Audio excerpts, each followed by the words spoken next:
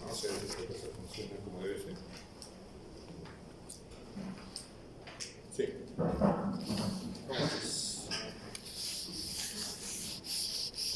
Celular es out.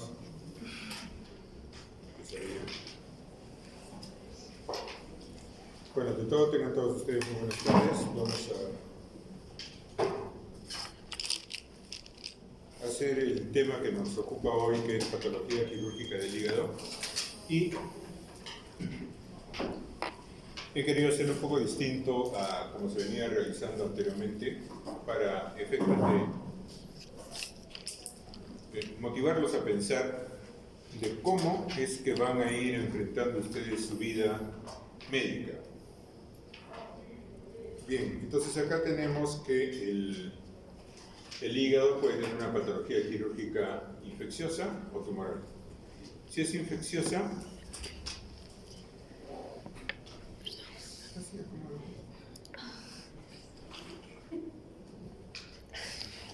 ¿ya? ¿Está bien? Si es infecciosa, básicamente son abscesos, los cuales pueden ser pirógenos o amibianos. Y si es tumoral, pueden ser quísticos o sólidos. Ambos tienen subcategorías que pueden ser benignos o malignos, en los sólidos igualmente, benignos o malignos. Esta es una clasificación general de la patología del hígado.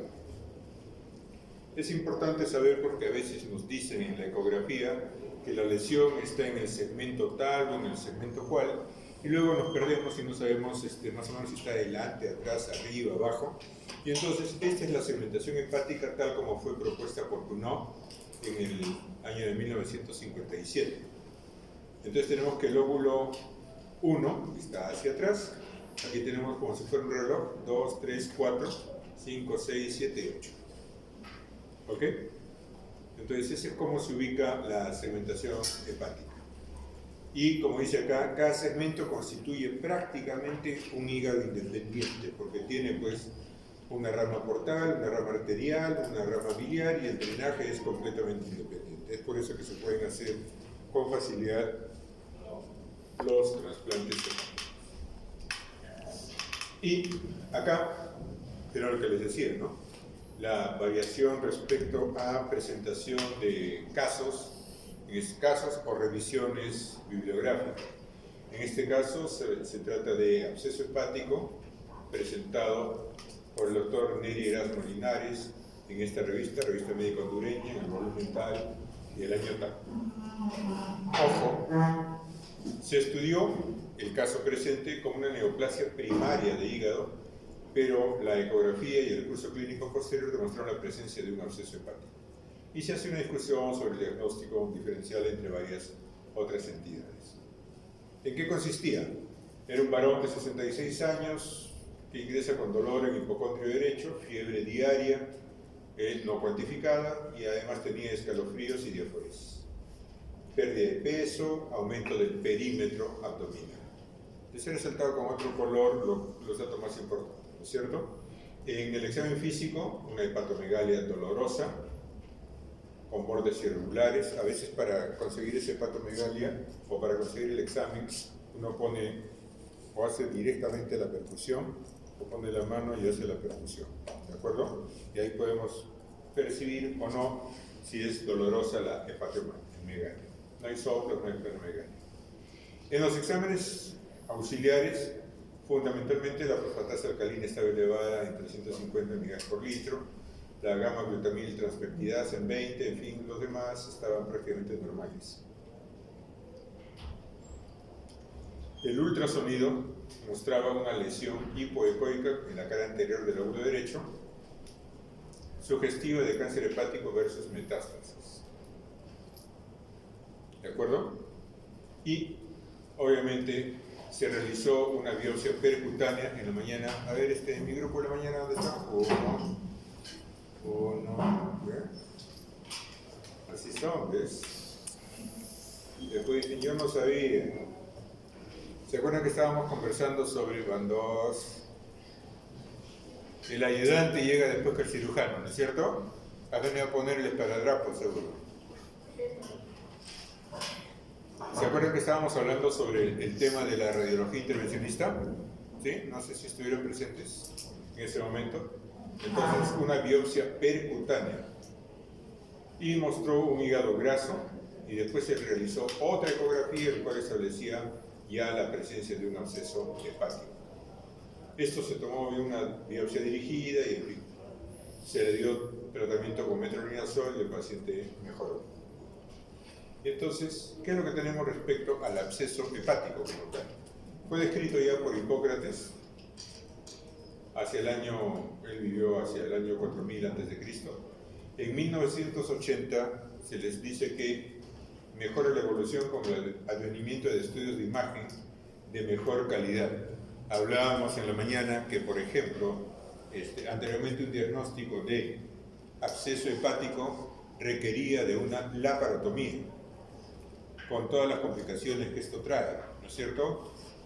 Si no dreno adecuadamente el absceso hepático, puede caer un poco de pus en el subhepático y eso condicionarme en el postoperatorio inmediato, no inmediato, un absceso residual intraabdominal que eventualmente requiere de otra cirugía. Y muchas veces, si no se drena bien ese absceso residual intraabdominal, va a presentar otro absceso, inclusive puede ser absceso interasax, y requiere otra cirugía. Y evidentemente un paciente en esas condiciones, con la herida que es bañada por pus en las cirugías, es un candidato a una evisceración o una eventración, las cuales también se solucionan con otra cirugía. Entonces un paciente con un absceso hepático sometido a cirugía puede tener de 3 a 4 cirugías posteriores. Entonces, ¿qué pasa? Cuando nosotros hacemos una punción guiada, simplemente el radiólogo intervencionista se guía por ecografía o por tomografía, llega al punto donde está el absceso, instala un catéter, lo drena y se soluciona el problema, prácticamente con 0 morbilidad. Se dan cuenta que ya no hay necesidad de estarlo sometiendo a otros procedimientos. Y entonces, el absceso hepático puede ser producido por contigüidad, por ejemplo, una colecistitis gangrenosa que penetre hacia el parénquima hepático, úlceras perforadas, sobre todo en los segmentos 2 y 3, un absceso subfrénico que puede comprometer los segmentos superiores, puede ser consecuencia de un trauma, por ejemplo, un accidente de tránsito, ¿no? Un hematoma hepático que se puede infectar, o la infección de un tejido necrótico. Este caso, por ejemplo, es de una colecistitis que va comprometiendo ya el parénquima hepático. Miren acá un hematoma que se va abscedando. Este de acá hablábamos también en la mañana sobre la radiofrecuencia, ¿no es cierto? Entonces acá hay una neoplasia, se aplica radiofrecuencia, pero este tejido que es quemado posteriormente puede infectarse y entonces producir un absceso hepático. Y en algunos casos por temas de embolización, ¿no? Por cateterismos, ¿de acuerdo? Bien. La microbiología, fundamentalmente, pues, Escherichia coli, Proteus, Klebsiella, estafilococo y anaerobios son bastante más bajos. Miren, acá tenemos un 60-70% y aquí apenas un 25%. ¿Qué más tenemos? El cuadro clínico ya más o menos se les ha presentado, puede ser muy variable. Fiebre, escalofríos, dolor en hipocondrio. Luego puede haber pérdida de peso. El tratamiento es, ojo, drenaje percutáneo. Ha reducido la tasa de mortalidad de 40, miren ustedes, ¿eh? Este es un cambio dramático. 40 hasta un 2%.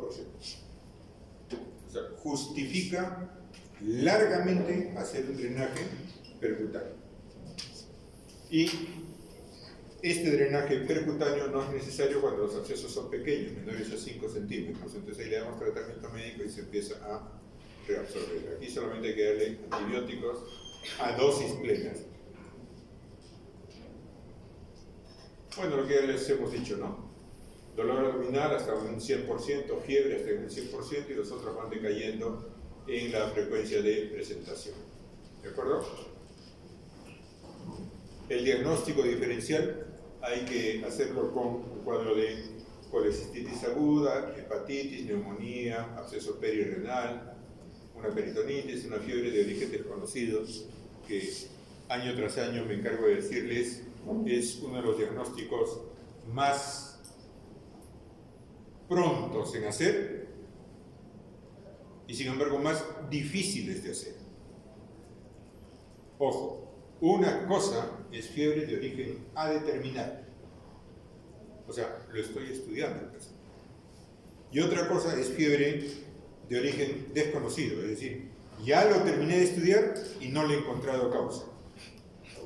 Pero entonces, para hacer el diagnóstico de fiebre de origen desconocido, tengo que haberle descartado toda patología infecciosa, reumatológica, inmunológica, síndromes paraneoplásicos, etcétera, etcétera. ¿De acuerdo? Entonces, una vez que ya estudié todo ello y no le encuentro causa, recién le pongo esta etiqueta. Pero muchas veces en los hospitales vemos, ¿no? Ingresa el paciente, fiebre de origen desconocido. No, ese es diagnóstico final. Nunca debe ser diagnóstico de ingreso. En el laboratorio obviamente vamos a encontrar pues leucocitosis, con neutrofilia, puede haber anemia, en fin, todo lo que estamos viendo acá.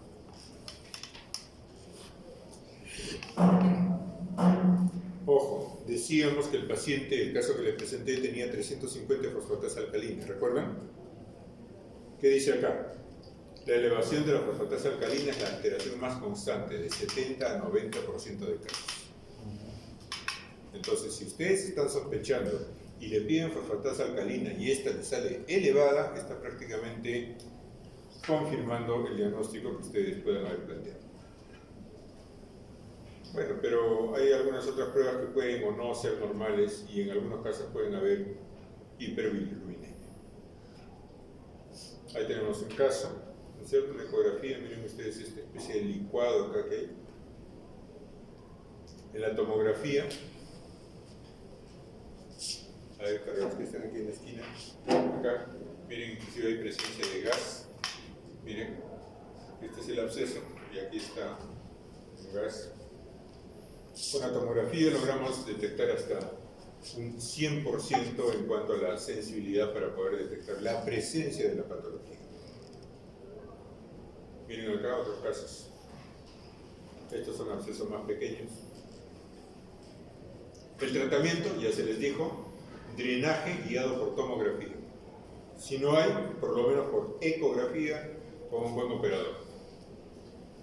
Y es mejor darle un tratamiento previo con terapia antibiótica, la aspiración y drenaje, y si no resulta exitoso, siempre vamos a tener la posibilidad de un drenaje quirúrgico, pero no debe ser de ingreso. ¿Estamos? Bien. Miren ustedes,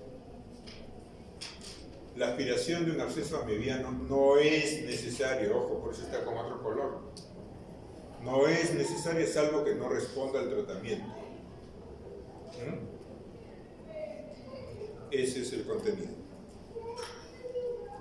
El pronóstico, miren, la mortalidad de los abscesos piógenos no tratados se aproxima al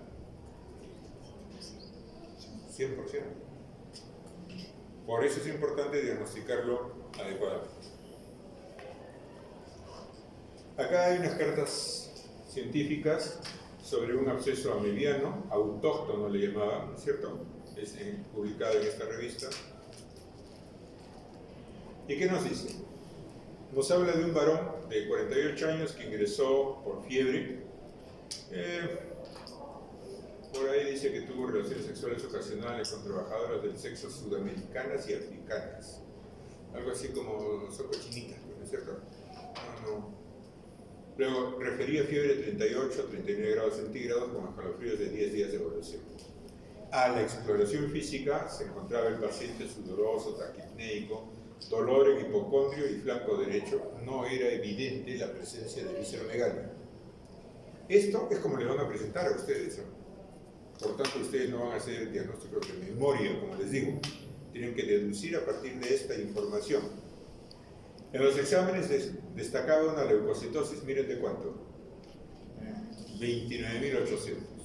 Eso ya suena de escándalo, ¿no? Una glicemia de 462, gamma-glutamin-transeptidasa de 326, fosfatasa de 234. Ojo, en la radiografía de tórax se observa elevación del hemidiafragma derecho. Y bueno, en fin. La ecografía abdominal, una lesión hipodensa bien delimitada. Ahí lo tienen. ¿Ok? La serología para entamoeba histolítica fue positiva a títulos altos hasta en 2 ocasiones.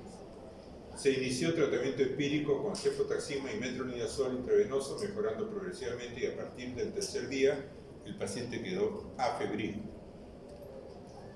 y fue seguido con paramomicina durante 10 días. El diagnóstico fue un absceso hepático amebiano. Se comporta diferente, se parecen pero no son iguales. Ahí lo tienen. Nos dice que es la complicación extraintestinal más común de la amebiasis. ¿Ok? Entonces no es para nada desdeñable la presentación de estos casos. Y la amebiasis afecta a casi el 10% de la población mundial. Obviamente es más frecuente en población del tercer mundo. ¿No es cierto? En la mañana decíamos que, por ejemplo, en Canadá debe ser sumamente difícil diagnosticar un caso de tuberculosis, ¿no es cierto? Un caso de amebiasis, pero en países en desarrollo es más o menos frecuente. Afecta a varones en una proporción de 2:1 respecto a las mujeres. Es el ciclo de la ameba, no lo vamos a revisar, está en todos los libros.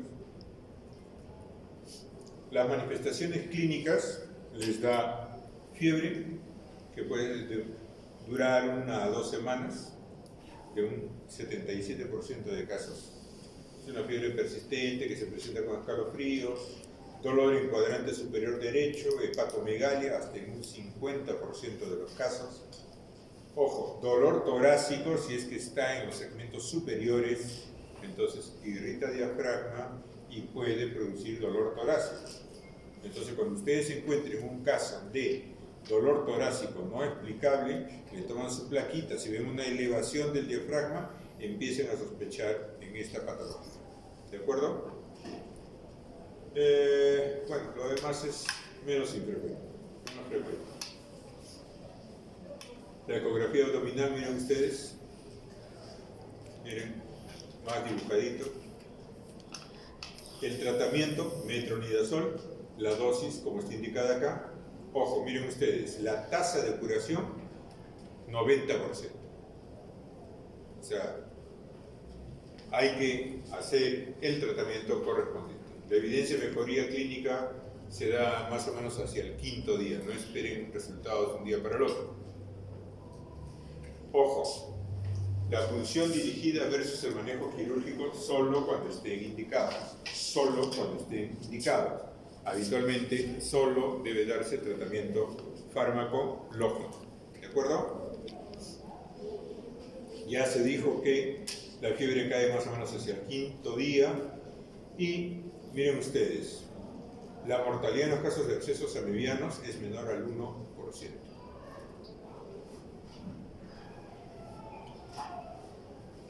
Y acá hablamos ya no de patología infecciosa, sino de patología tumoral. Y se ha hecho una clasificación, tomó un poquito de trabajo dibujar tantos higaditos. Entonces tenemos un tumor hepático que puede ser quístico o sólido. El quístico puede ser benigno, como el quiste hepático simple o el quiste hidatídico, y puede ser maligno, como el cistoadenocarcinoma. El tumor sólido puede ser también benigno o maligno. Los benignos, hemangioma, adenoma hepático, hiperplasia nodular focal. Los malignos, el hepatocarcinoma, el colangiocarcinoma, ojo, intrahepático. Hago la aclaración porque el colangiocarcinoma habitualmente es extrahepático. Es más, aquí creo que no está el esquema, pero si ustedes recuerdan, hepático derecho, miren acá, sigan el puntero, hepático derecho, hepático izquierdo, acá se unen para formar el hepático común, ¿cierto? Ya, en la zona de la unión, el colangiocarcinoma toma un nombre especial que se llama tumor de Klatskin. Seguramente lo vamos a ver más adelante, si no se lo van a mencionar posteriormente en una próxima clase. Pero entonces, de la unión para abajo, normalmente es un colangiocarcinoma, pero cuando viene hacia arriba, es el colangiocarcinoma intrahepático. ¿De acuerdo? Y además los casos de metástasis hepáticas. En cuanto a los tumores quísticos benignos, igual tenemos un caso clínico publicado en esta revista sobre el tratamiento del quiste hepático simple mediante cirugía laparoscópica. ¿Qué nos dice? Paciente de 45 años de edad, sexo femenino, ingresa por presentar un quiste hepático simple gigante desde hacía 3 años. No sé si están aquí con quienes conversaba eso de que las personas a veces postergan la atención de su salud, ¿no es cierto? Yo puedo estar con una hernia 20 años y no me opero, pero mi hijo me pide un celular que me cuesta igual que mi operación de hernia y le compro el celular. O sea, para que tengan en contexto qué tanto se valora la salud. Pero cuando es un cáncer, venden el auto. ¿Se dan cuenta? Entonces, miren, en el caso de esta paciente tenía la tumoración desde hacía 3 años. Seguía caminando por su tumoración. Pero resulta que esta tumoración ya empezó a provocarle dolores abdominales leves en el hemiabdomen superior. Y como ocupa espacio, no lo dice acá, pero como ocupa espacio, inclusive hace que le da una sensación de llenura gástrica precoz, porque ya no tiene dónde llenarse el estómago porque hay un espacio ocupado. Al examen físico, aumenta el volumen en el hipocondrio derecho y epigastrio, y se palpó un tumor redondeado de 20 centímetros de diámetro, una pelota de vóley.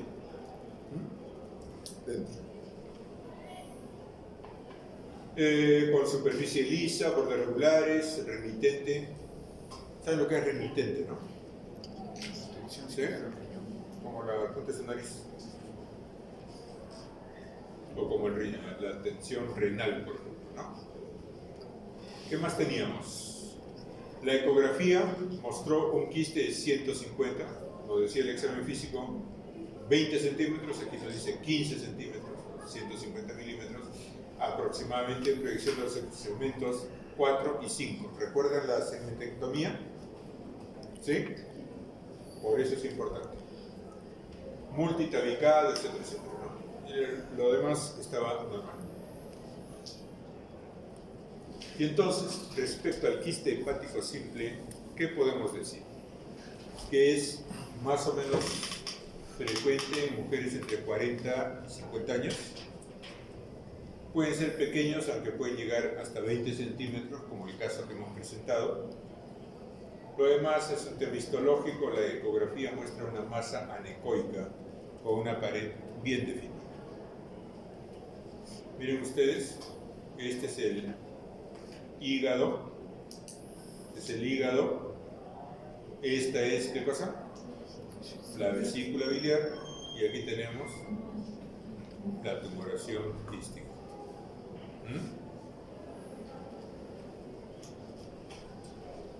Aquí tenemos, miren ustedes, el hígado y el quiste. Acá,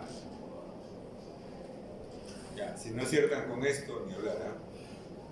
¿De acuerdo? Miren ustedes. La enfermedad poliquística del hígado es otra patología quística benigna. Puede presentarse durante la infancia, dicen que tiene una transmisión autosómica recesiva, se acompaña en un 30 a 50% de una poliquistosis renal. Entonces no camina solo, generalmente cuando hay esta enfermedad poliquística en el hígado, también hasta en un 50% pueden haber múltiples quistes a nivel renal. Bueno, rara vez dice que se asocian con complicaciones. Miren ustedes ese parénquima. Miren el parénquima hepático, miren la cantidad de quistes que hay.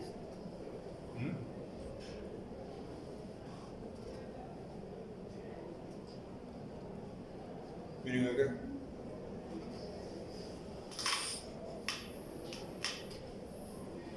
Todo esto está lleno de quistes. Ahora ver, ¿no es cierto? ¿Sí? El quiste hidatídico, solo como mención, porque creo que la siguiente clase con ustedes también es sobre quiste hidatídico, para más o menos ver el ciclo, cómo se da esto. Generalmente se da en zonas ganaderas de nuestro país, habitualmente altoandinas. Detalles histológicos sobre la capa interna, la capa media y la capa externa. El cuadro clínico habitualmente es asintomático y suele dar síntomas cuando ya es muy grande. Laboratorio, si le dicen qué examen auxiliar pedirías para diagnosticar, ojo, diagnosticar quiste hidatídico, una sola prueba, ELISA peritonitis. ¿Ok? La ecografía te puede mostrar el quiste, pero no te dice si es hidatídico o no. La ELISA peritonitis sí te dice que es un quiste hidatídico. Ojo, estoy diciendo para diagnosticar, no estoy diciendo para dar ubicación, porque puede ser pulmonar. ¿Estamos? Bien. La ecografía informa pues, sobre las características, tiene una sensibilidad del 97%, la tomografía tiene una sensibilidad del 100%, pero el problema es que no nos informa sobre la vía biliar extrahepática. Les mencionaba a ustedes, ¿saben lo que es el signo del camalote, no? ¿Ah? ¿Y saben ustedes lo que es el camalote? ¿Ah? ¿Qué? Este es el signo del camalote. Miren, cuando se abre parcialmente el quiste, la membrana que estaba adosada acá, medio que se descuelga y empieza como a flotar. ¿Sí? Miren. ¿Sí? Se logra ver al fondo, ¿cierto? Ya. Y este es el camalote. Efectivamente, son las plantas. ¿No? Entonces alguien vio que era una cosa que flotaba y se acordó, ah, sí, yo he visto algo que flotaba también, ¿no es cierto? Se llamaba camalote, y le pusieron el nombre. ¿Ok? Ese es el camalote. Los tumores quísticos malignos. Vamos a hablar sobre el cistoadenocarcinoma. El cistoadenocarcinoma es el 5% del total de quistes simples del hígado. ¿Ok? De la mayor parte de los quistes suelen ser benignos, pero hasta un 5% puede ser un cistoadenocarcinoma. Son lesiones multiloculares, es decir, múltiples. Habitualmente se puede palpar una tumoración en el hipocondrio derecho y el diagnóstico diferencial hay que hacerlo con lesiones simples, ¿no? Fundamentalmente si estas son pequeñas. El tratamiento de esta patología consiste en la resección completa con márgenes de al menos 1 centímetro de parénquima sano. Los que algún camino ya hemos andado en esto, 1 centímetro en sala de operaciones, ¿cómo lo mides? ¿No es cierto? Así que por seguridad te das de 2 a 3 centímetros y ya. ¿Ok? Miren ustedes. Acá y miren. La pieza operatoria. Los tumores sólidos, tenemos los benignos y los malignos. Esta es una clasificación complementaria, que pueden ser epiteliales o mesenquimales. Benignos epiteliales, adenoma, hiperplasia nodular focal. Mesenquimales, benignos, hemangioma y amartoma. Malignos epiteliales, hepatocarcinoma, hepatoblastoma, colangiocarcinoma, cistoadenocarcinoma. Mesenquimales, hemangioendotelioma, angiosarcoma, fibrosarcoma, leiomiosarcoma, que son más infrecuentes estos otros. ¿Cuáles son nuestros tumores sólido-benignos? Tenemos yo. Resaltado en otro color, el concepto más importante de esta diapositiva.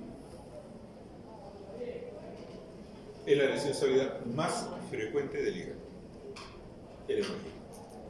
Está compuesto por múltiples estructuras vasculares, en fin, ¿no es cierto? Es una lesión habitualmente más pequeña que 5 centímetros, bien definida. La ecografía nos muestra una estructura homogénea y también imágenes hiperecoicas, aunque pueden ser hipoecoicas, o sea, ni fu ni fa, ¿cierto? Si es hiper o hipo, es decir, no es nada típico. Incidencia puede llegar hasta el 10% de la población adulta. ¿Miren ustedes? Se nota, ¿no es cierto? ¿Sí? Parénquima sano. Y miren ustedes acá. Eso ya está bastante marcado.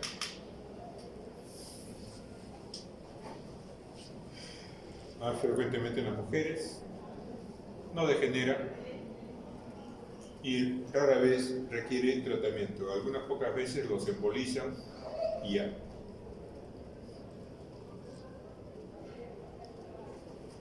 Ahí tenemos lesiones, ¿no es cierto? Miren acá. Ok, aquí son lesiones más pequeñas.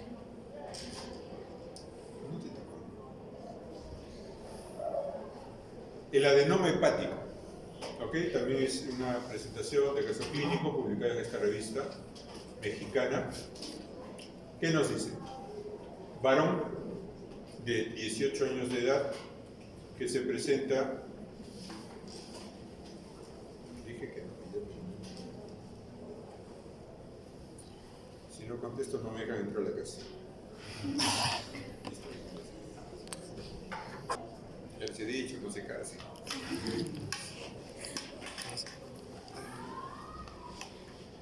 Varón de 18 años de edad que se presenta con dolor abdominal súbito, punzante, de intensidad en la escala de valoración del dolor de 5 a 10. Tiene un día de evolución. Se acompaña de náuseas y vómitos. Ojo. Frecuencia cardíaca de 102 latidos por minuto, frecuencia respiratoria 22, y está acelerado, ¿no es cierto?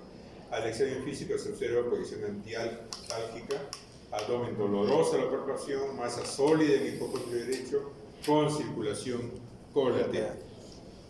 Es lo más importante de este caso.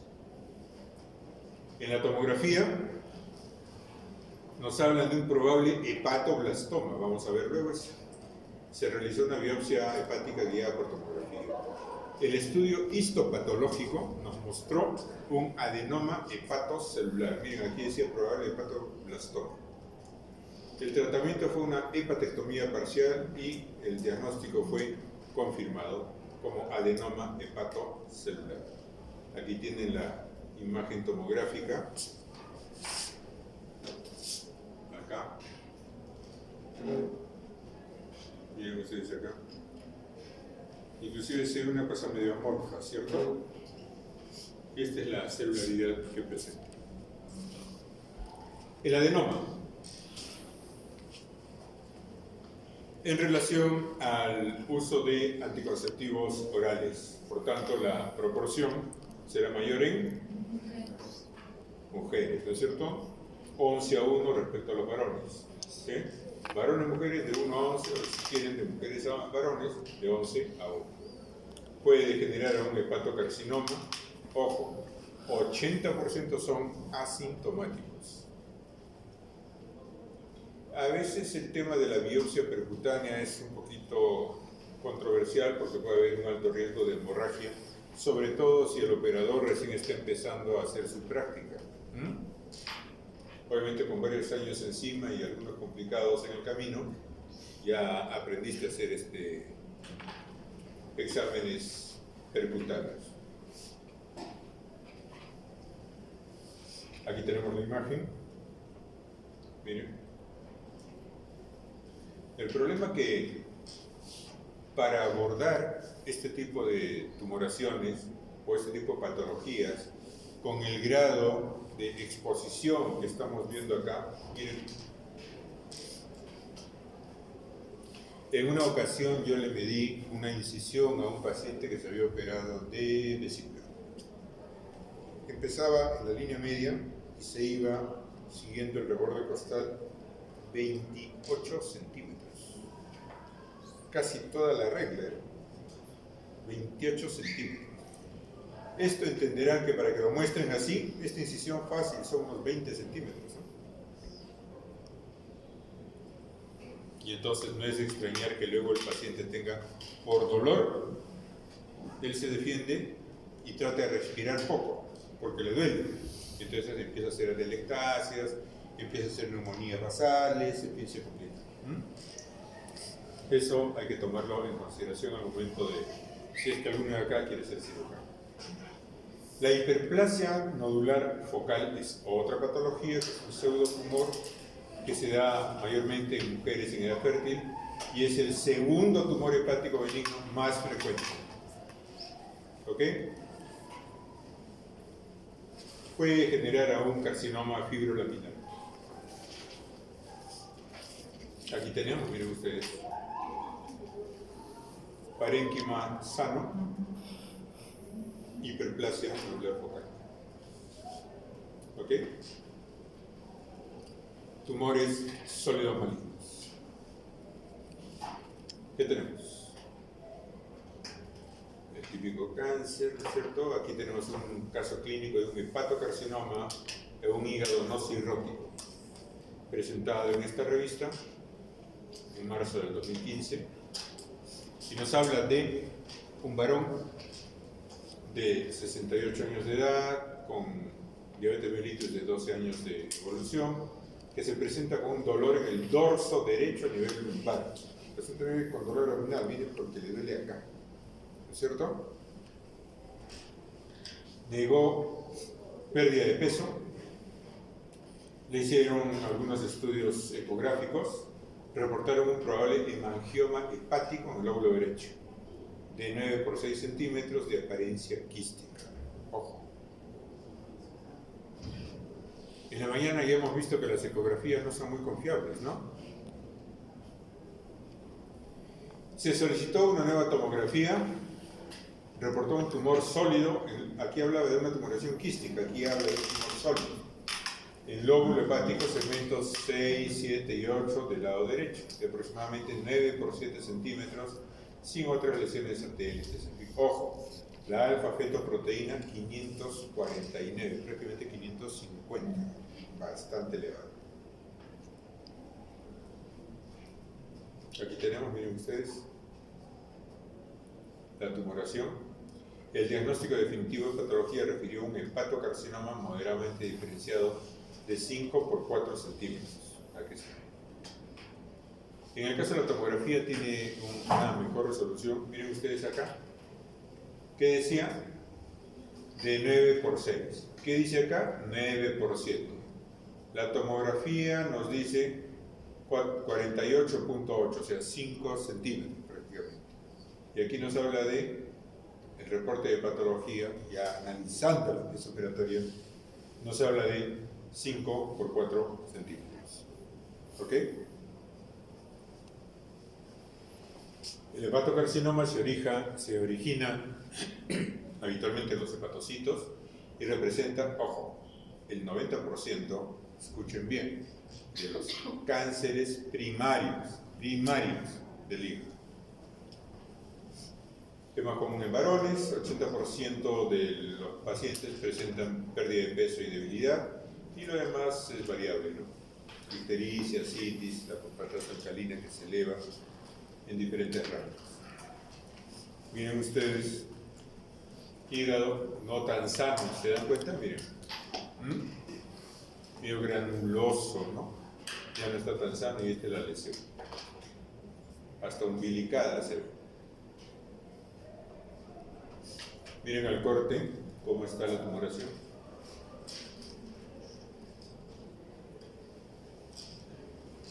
Otro corte, otra pieza operatoria, igual. Cualquiera que vea esto, pues descarta por completo que sea hígado. Pues. el tratamiento es quirúrgico y el pronóstico usualmente es malo. Si es que nosotros operamos a un paciente, diagnosticamos a un paciente, habitualmente su tiempo de vida va a ser menor a 4 meses. Así que ahí conversaba, creo que con el grupo anterior, una vez que diagnostican esto, díganle al paciente o a la familia, ¿sabe qué? Que ponga en orden sus papeles, ¿no? Porque le va a ganar el tiempo. No queda otra, de verdad, no queda otra. Si es que se hace una resección adecuada, la supervivencia a 5 años es del 30%. A 5 años, 1 de cada 3. ¿No? ¿Quién tendrá el numerito premiado? No lo sabemos. El colangiocarcinoma, miren, intrahepático. ¿Ok? Nace del epitelio de los conductos biliares. Miren aquí lo que les decía, los conductos biliares intrahepáticos de gran calibre. Ojo, el colangiocarcinoma iliar, es decir, de la unión, es el denominado tumor de Klatskin. ¿Qué más? La edad promedio de presentación de 50 a 60 años y afecta a ambos sexos. Aquí lo tienen. Miren, irreconocible por completo si ustedes pretenden que esto pueda decirse que es hígado. Miren acá.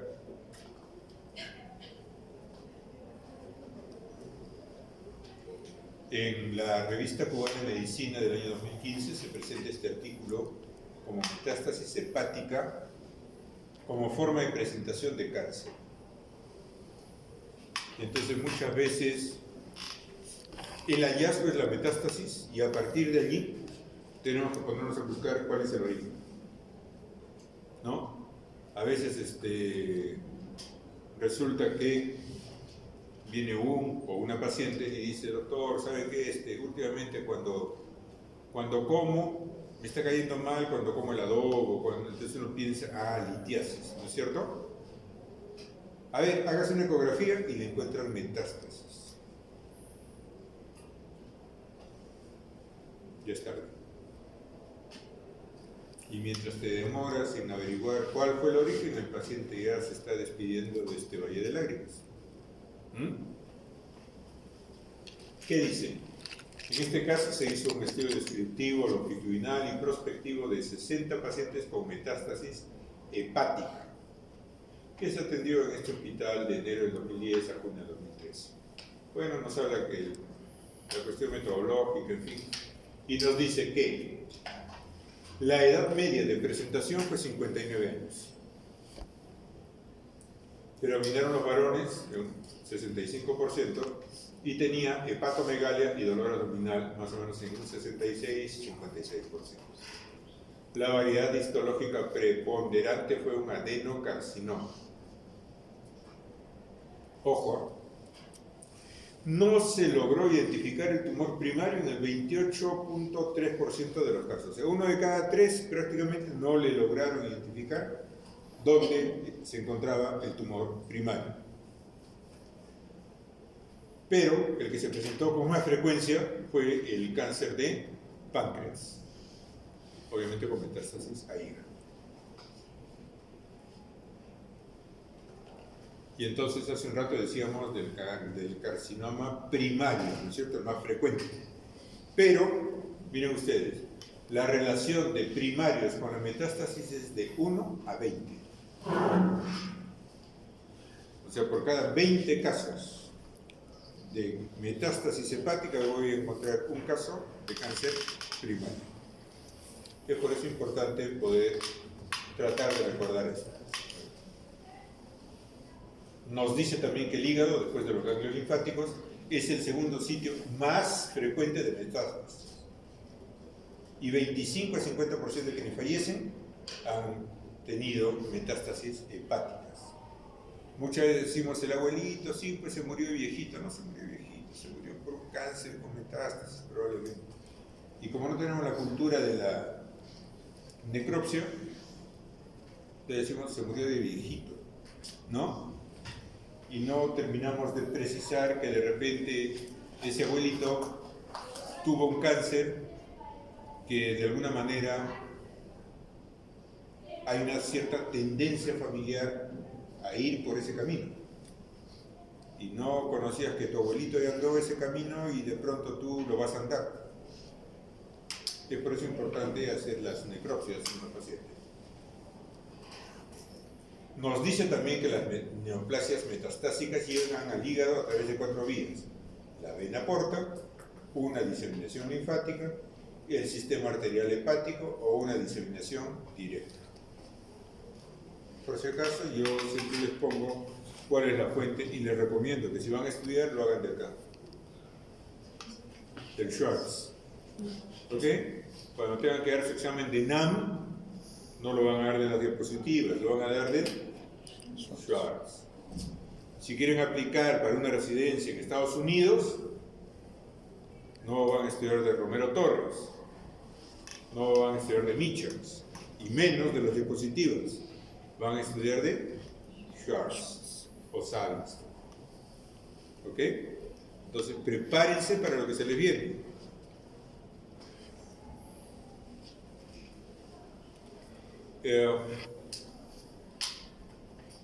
No sé si lo comenté con mi grupo actual o fue con el anterior, que hablábamos sobre un colega que tenía un ampuloma y que luego ese ampuloma presentó metástasis hepática, aun cuando ya parecía que estaba sano el paciente después de su cirugía.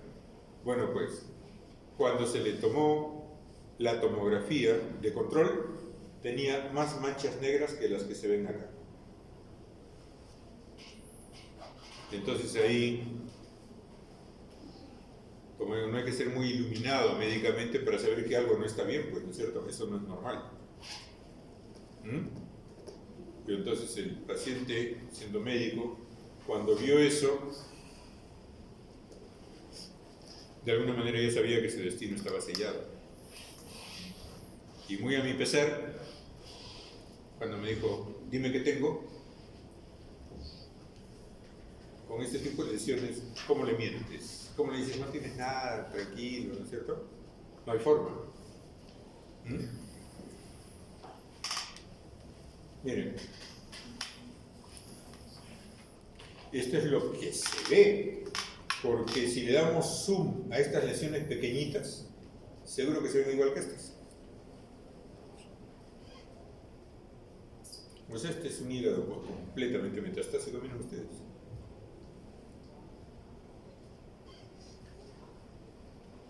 Y lo que les decía, les voy a mostrar la última diapositiva, que me parece interesante. Dice que es un maestro. No es aquel que enseña algo, sino aquel que inspira al alumno a dar lo mejor de sí, para descubrir un conocimiento que ya tiene dentro de su alma. Me pareció bonito el pensamiento y busqué una foto adecuada. Y permítanme compartir con ustedes esto. Quien está acá es mi compañero de promoción. Trabaja en el 2 de mayo, si alguna vez se van por allá. Es el doctor Eduardo Ticona Chávez, un infectólogo de primera a nivel nacional. Y el que está acá, ¿dónde está? No se vaya. El que está acá es el doctor Raúl Gerí Vázquez. Él fue mi profesor cuando ya casi estaba llegando al término de su vida médica, entre comillas. Resulta que el doctor Raúl Gerí, si ustedes buscan así en internet, es un médico de más de 100 años que sigue yendo a su hospital, al Hospital 2 de Mayo, a hacer consultas. Es neurólogo, es psiquiatra y sigue con el cariño de sus alumnos. Esto, muchachos, esto es lo que quería compartir con ustedes.